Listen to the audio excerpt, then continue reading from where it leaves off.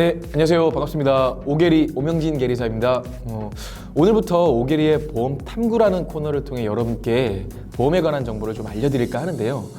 현재 보험회사가 판매하고 있는 상품 중에서 사람들이 가장 많이 가입하고 있거나 최근에 관심이 많아지고 있는 상품들 위주로 저 오게리만의 관점을 통해 여러분께 설명드리는 시간을 가져보도록 하겠습니다.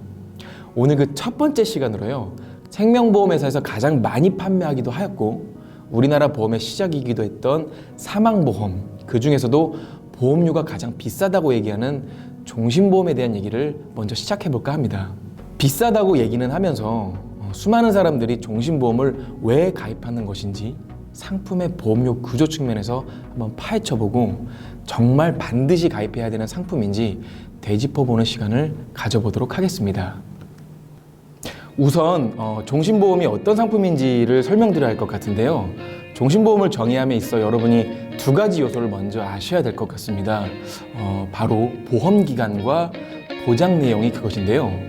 종신보험은 보험기간이 종신, 즉 무한대의 기간 동안 사망이라는 보장 내용을 담보하는 상품을 말합니다. 흔히들 종신보험이라고 얘기하면 다 보장되는 상품 아니냐, 종합형 상품이다 등등의 만능보험으로 오해하는 경우도 가끔 있는데요. 정확하게 말씀드리면 종신토록 사망을 보장하는 상품으로 정의를 내릴 수 있습니다.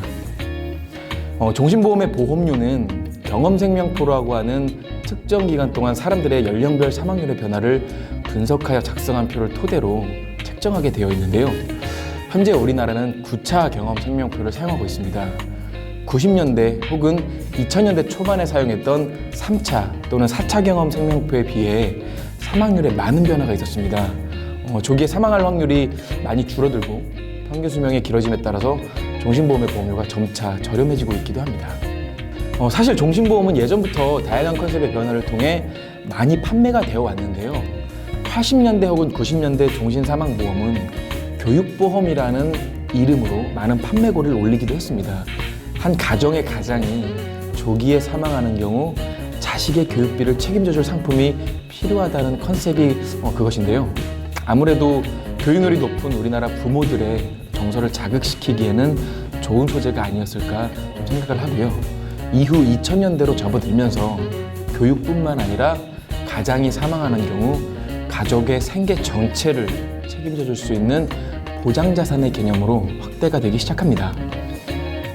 2000년대 중반에 들어서면서 생명보험사 종신보험이 사실상 위기를 맞게 되는데요. 두 가지 이유가 있을 듯합니다. 첫 번째로 사망이라는 보장만을 놓고 봤을 때 만기가 80세 또는 100세 등의 기간이 정해져 있는 정기보험료의 보험료가 매우 저렴했다는 점. 다음으로 더 이상 사람들이 한 가정의 가장으로서 사망에 대한 준비보다는 살아있을 때 더욱 행복하게 살고 싶다는 사회 전반의 분위기도 큰 영향을 줬다는 생각입니다. 1인 가구, 비혼, 연로족, 소확행, 사실 이러한 단어들이 생겨난 배경을 생각해보면 사망보험에 대한 니즈가 많이 줄어든 것 또한 사실이라고 할 수 있겠습니다. 2010년대 들어서면서 종신보험의 컨셉이 교육보험, 보장자산에서 재테크, 재무설계, 저축 등의 개념으로 변형되기 시작했어요. 쉽게 말해 사망하면 1억의 보험금이라는 기존의 보장자산 컨셉보다는 오히려 나이가 들어서 특정 연령이 넘어가면 납입한 보험료보다 더 많이 돌려받을 수 있다고 얘기하면서 본전 심리를 자극하는 형태로 판매를 하기 시작합니다. 고객 입장에서는 사망 시 1억이 나올 뿐만 아니라 사망하지 않더라도 언젠가는 반드시 1억에 가까운 환급금을 받을 수 있다는 생각에 보험료가 저렴하지 않고 비쌈에도 불구하고 흔쾌히 종신보험들을 많이 가입하게 됩니다. 돌려받는 종신보험 또는 연금으로 받아가는 종신보험, 이런 컨셉은 어째서 가능한 것인지 그 보험료 구조에 대해서 낱낱이 파헤쳐 보도록 하겠습니다. 회사마다 보험료가 다를 수는 있겠는데요. 편의상 특정 생명보험과 종신보험의 예시를 들어서 설명을 드려보도록 하겠습니다. 표에서 보시는 것처럼 사망 시 1억을 받을 수 있도록 보장 금액을 설정하는 경우에 보험료를 약 20년 동안 납입한다고 하면 40세 남자를 기준으로 매월 약 23만 원의 보험료가 책정이 됩니다. 20년 동안 총 납입한 보험료를 합해보면요, 약 5,600만 원 정도를 납입하게 되어 있습니다. 재미있는 사실은 이 사람이 보험을 가입한 지 약 25년이 지난 시점에 납입한 5,600만 원의 보험료보다 많은 약 5,890만 원의 책임준비금이 책정되어 있습니다. 이후 경과기간이 점점 더 길어지고 나이가 들어갈수록 이분의 책임준비금, 즉 해지환급금이 점점 증가해 가는데요. 110세 시점에는 사망시 보장금액인 1억 원에 거의 근접한 약 9,875만 원 정도의 해지환급금이 책정되어 있습니다. 만기가 정해져 있는 정기보험과 만기가 무한대인 종신보험의 연령별 환급금을 비교해 보면 보시는 그래프와 같은 차이를 보이게 됩니다. 만기가 정해진 보험의 경우 만기가 지나고 나면 보험사 입장에서는 더 이상 사망보장 금액을 줘야 할 이유가 없기 때문에 책임준비금 역시 0원으로 바뀌게 됩니다. 반면에 종신보험은 기간이 정해져 있지 않기 때문에 반드시 1억이라는 금액에 대해서는 사망을 하거나 혹은 생존기간이 매우 길어지더라도 반드시 가입자에게 지급을 할 수밖에 없기 때문에 둘의 책임준비금의 차이가 그래프와 같이 나타나는 것입니다.